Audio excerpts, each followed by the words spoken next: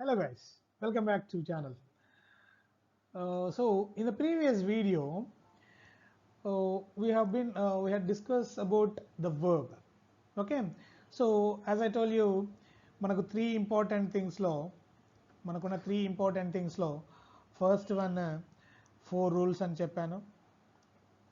ఇది already complete అయిపోయింది. And second important thing వచ్చేసి 24 హెల్పింగ్ వర్బ్స్ అని చెప్పాను.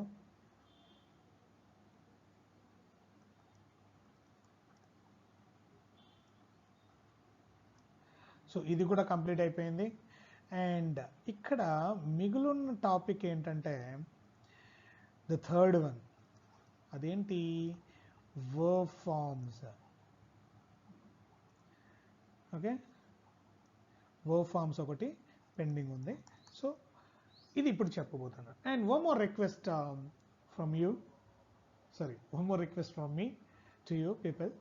సో ఈ వీడియో ఎవరైతే చూస్తూ ఉన్నారో, ఈ వీడియో మీకు అవసరం లేకపోవచ్చు, కానీ సో ఇలాంటి వీడియోస్ని వెతుకుతూ దొరక్క కానీ, లేకపోతే పర్ఫెక్ట్ వీడియో వాళ్ళకు కనిపించక కానీ చాలామంది వెయిట్ చేస్తూ ఉంటారు.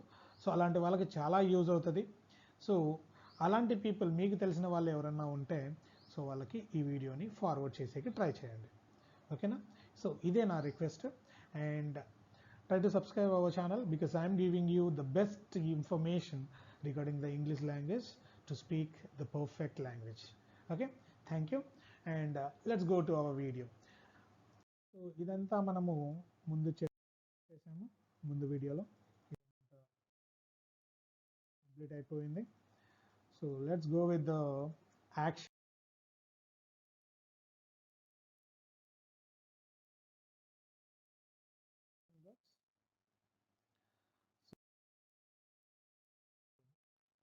The main verb. So it is also called as action verb. అంటే ఒక సబ్జెక్ట్ చేసే పనిని మనం యాక్షన్ అంటాం. ఆ యాక్షన్ వర్బ్స్ని మనం మెయిన్ వర్బ్ అంటాం. That's what verb can indicate action. Okay, ఇక్కడ కొన్ని ఎగ్జాంపుల్స్ ఇచ్చాను. సో ఇవన్నీ మీకు ఆల్రెడీ తెలిసే ఉంటాయి. సో నేను ఏదో ఇవ్వాలి కాబట్టి కంపల్సరీ అని ఇచ్చాను. ఓకే, లెట్స్ గో విత్, మనము వర్బ్లో, యాక్షన్ వర్బ్లో, మెయిన్ వర్బ్లో మెయిన్గా మనం నేర్చుకోవాల్సింది ఏదన్నా ఉంది అంటే that is verb forms. Okay, ఇంతవరకు మనకు తెలిసిన వర్బ్ ఫార్మ్స్ ఏమన్నా ఉన్నాయి అంటే, ఎవరన్నా అడిగితే V1, V2, V3 అంటే అంటూ ఉంటారు. But these are not the perfect terminology for these. ఇది పర్ఫెక్ట్ టర్మినాలజీ కాదు. ఇప్పటికీ చాలామంది ఇంజనీరింగ్ స్టూడెంట్స్ని అడిగినా కూడా V1, V2, V3 అని చెప్తూ ఉంటారు. అండ్ అఫ్ కోర్స్ మనకు ఎవరినైనా మీకు ఎన్ని వర్బ్ ఫార్మ్స్ తెలుసు అంటే maximum people are telling 3 or else 5 కూడా చెప్తారు, చాలామంది 4, 5 చెప్తూ ఉంటారు. బట్ ఒక వర్బ్కి నాట్ 3 అండ్ నాట్ 4 ఎన్ని వర్బ్ ఫార్మ్స్ ఉంటాయో తెలుసా? నా స్టూడెంట్స్ కానీ, మా సార్ స్టూడెంట్స్ కానీ ఇవి తెలిసే ఉంటాయి. ఓకే, అవి నేను ఈరోజు మీకు చెప్తాను. ఓకేనా? సో ఇక్కడ ఒక ఎగ్జాంపుల్ తీసుకొని చెప్తూ ఉంటాను, సో మీకు అర్థమైపోతుంది. So here we have to discuss about the helping verbs, action verbs. So V1 ఇది కొంచెం సైడ్గా రాసి పెట్టుకుందాం, V2 and V3. And what is V1? అసలు వీటి టర్మ్స్ ఇవి కాదు అని చెప్పాను, అంటే వీటి పేర్లు ఇవి కాదు అని చెప్పాను.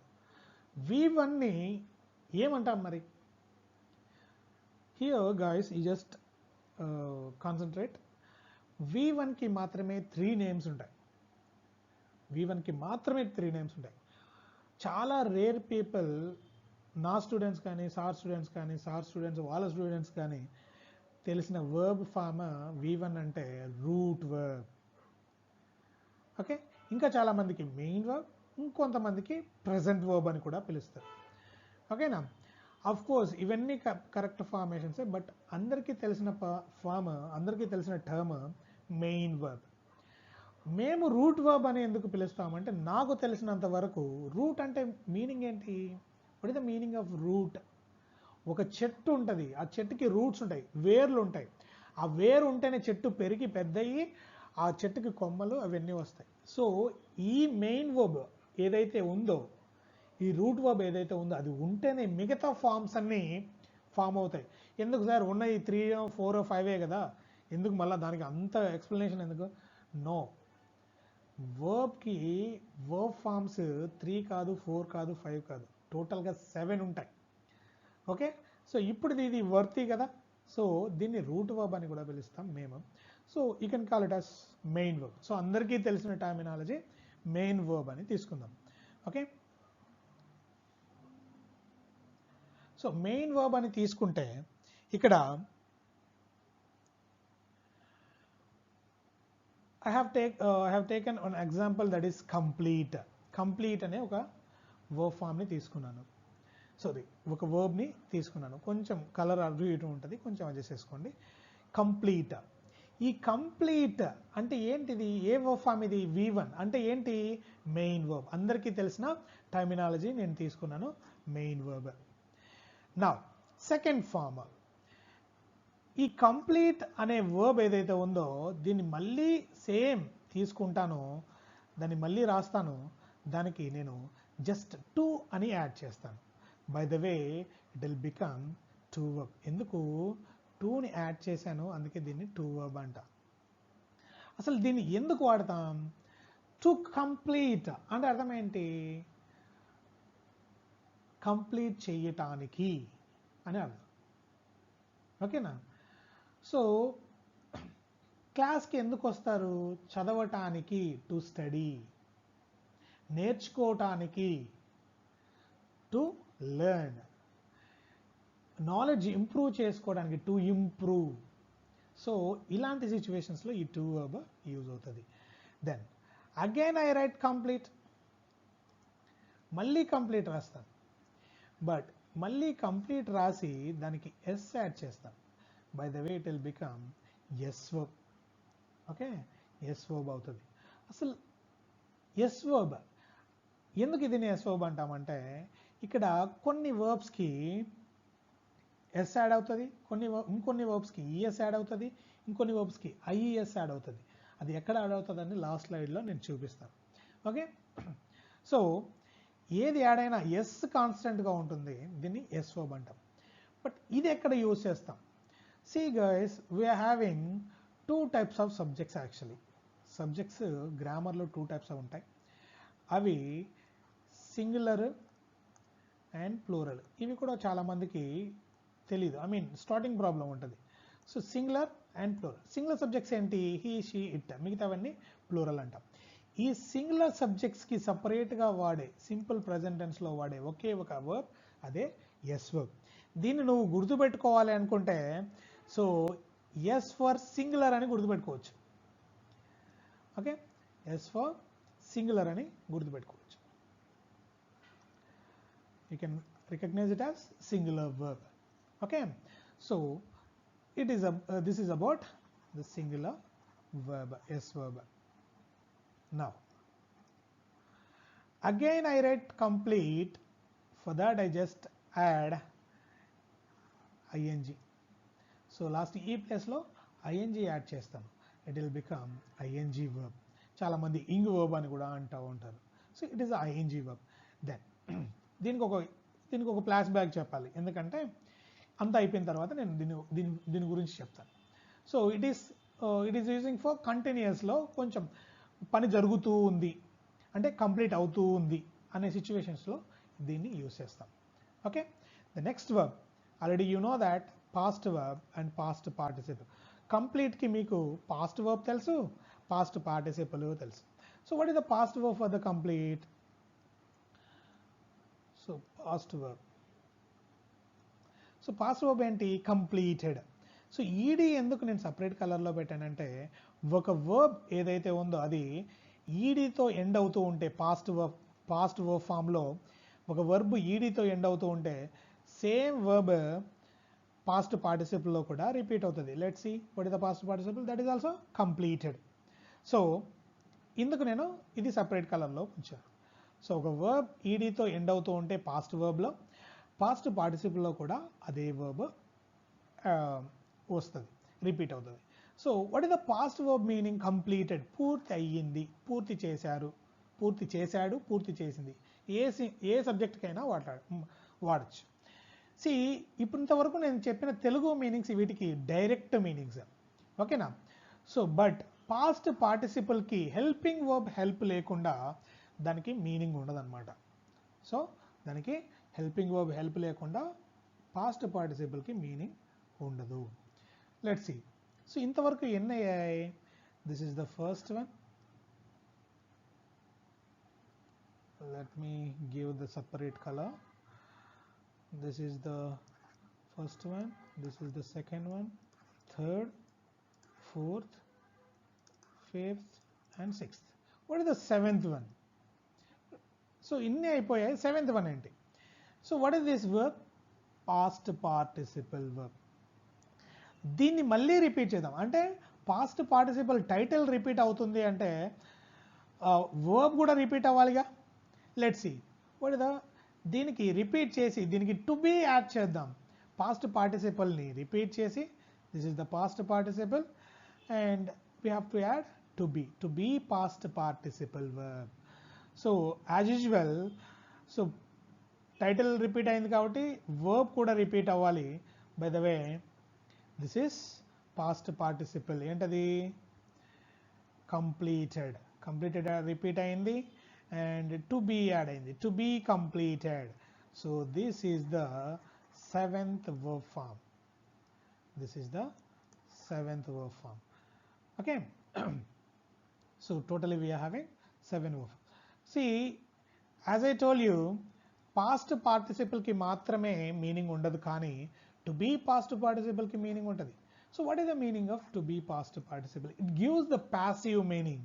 It gives the passive. Chair ఎందుకు ఉంటుంది? మామూలుగా చైర్ ఎందుకు ఉంటుంది? ఎవరన్నా ఈ క్వశ్చన్ ఎవరిని అడిగినా సరే కూర్చోటానికి సార్ అంటారు. కూర్చోటానికి కాదు. చైర్ ఎందుకు ఉంటుంది? మనం కూర్చుంటే అదేం చేస్తుంది? కూర్చోబెట్టుకుంటుంది. సో ఇలాంటి మీనింగ్స్ వచ్చే ప్రతి చోట మనం టు బీ పాస్ట్ పార్టిసిపల్ని వాడాలి. ఇది సింపుల్గా చెప్పాల్సి వస్తే ఇది ఒక ప్యాసివ్ మీనింగ్ ఇస్తుంది. నోట్స్ ఎందుకుంది? నోట్స్ ఎందుకుంటుంది? నోట్స్ ఏం చేస్తుంది? అదేం చేయదు. నువ్వు రాస్తే అదేం చేస్తుంది? రాయించుకుంటుంది. బోర్డు నీట్గా లేదు, నువ్వు క్లీన్ చేస్తే ఏం చేస్తుంది? క్లీన్ చేయించుకుంటుంది. So to be cleaned, to be sitten, okay, to be return, notes is to be return, chair is to be sitten, board is to be cleaned, board is to be return. So ఇలాంటి meanings, passive meanings ఇచ్చేవి ఈ past participle, to be past participle. This is about the 7 forms. ఏంటి verb forms ఎన్ని ఉంటాయి? 7 ఉంటాయి. Okay, then let's see one more example. So main verb, if I take come. So what is the to verb? It is to come. What is the S verb? Comes. What is the ing verb? Coming. What is the past verb for come? చాలా మందికి చాలా డౌట్లు ఉంటాయి come గా. Okay, came. What is the past participle? Again come, came, come. వీటిని irregular verbs అని అంటూ ఉంటాం, ఎందుకంటే 3 డిఫరెంట్గా ఉంటాయి. దెన్ ఈడీ వచ్చేవి రెగ్యులర్ వర్బ్స్ అంట. ఓకే. సో ఇక్కడ ఏంటి? To be past participle. అసలు పాస్ట్ పార్టిసిపుల్ ఏంటి? కమ్. సో దీనికి టు బీ యాడ్ చేయాలి. So by the way to be come అవుతుంది. So I told you ING ఫామ్కి ఒక హిస్టరీ చెప్పాలి, ఒక ఇది చెప్పాలని చెప్పాను కదా. ఏంటంటే ఈ మెయిన్ వర్బ్ ఏదైతే ఉందో దాన్ని ప్రజెంట్ వర్బ్ అని కూడా అంటారు అని చెప్పారు. ఓకే, ప్రజెంట్ వర్బ్ అని కూడా అంటారు. ఈ ప్రజెంట్ వర్బ్ అని దీన్ని అన్నప్పుడు, ఒకవేళ దీన్ని ప్రజెంట్ వర్బ్ అంటే ఇక్కడ మనకి పాస్ట్ వర్బ్ ఉంది. ఈ పాస్ట్ వర్బ్కి పాస్ట్ పార్టిసిపల్ కూడా ఉంది. ఓకేనా? సో ఇక్కడ పాస్ట్ వర్బ్ ఉన్నప్పుడు దానికి పాస్ట్ పార్టిసిపల్ కూడా ఉన్నప్పుడు ఇది ఒకవేళ ప్రజెంట్ వర్బ్ అని మనం అంటే where is the present participle? దీనికి కూడా పీపీవి ఉండాలిగా. Where is the present participle? So ఈ ప్రజెంట్ పార్టిసిపల్ వర్బే ఐఎన్జీ ఫామ్. ఓకేనా? ఇది జస్ట్ ఫర్ నోట్కి గుర్తుపెట్టుకోండి. ఎవరన్నా అడిగితే, చిన్నపిల్లలు కానీ జూనియర్స్ కానీ ఎవరన్నా అడిగితే, లేదా పెద్దవాళ్ళు అడిగినా సరే ఈ ఎక్స్ప్లెనేషన్ ఇచ్చేకి గుర్తుపెట్టుకోవడం కోసం మాత్రమే నేను ఇది చెప్తున్నాను. Okay, this is about the verb forms. and I just want to give you the information regarding the yes verb. అసలు yes verb ఎప్పుడెప్పుడు ఎలా ఉంటుంది. Let's see about the yes verb. The verb which is ending with o, x, ch వీటితో end అయ్యే ఏ verb అయినా yes verb దగ్గర we have to add es. Okay, we have to add es. If the verb ends with y, we should make s verb as we have to add in the place of y we have to add es. Okay, so this is about yes verb, and these are the verb forms, 7 verb forms guys. So we కొన్ని రాసుకొని కొన్ని మీకు తెలిసిన ఏమైనా verbs తీసుకొని కొన్ని I mean practice చేయండి. చాలా యూజ్ ఉంటుంది. నోట్స్ కూడా నోట్ చేసుకోండి, వీలైతే కొత్త నోట్స్ పెట్టండి, కొంచెం ప్రాక్టీస్ చేసేకి ట్రై చేయండి. Definitely you'll get the result. Thank you for your support. Please subscribe our channel, please promote to your near and dear. So కొంచెం మీరు ఇచ్చే ఆ సపోర్ట్కి I'll give the more videos. Thank you. And this is the second part for the verb. Okay now. So thank you all of you. Bye bye.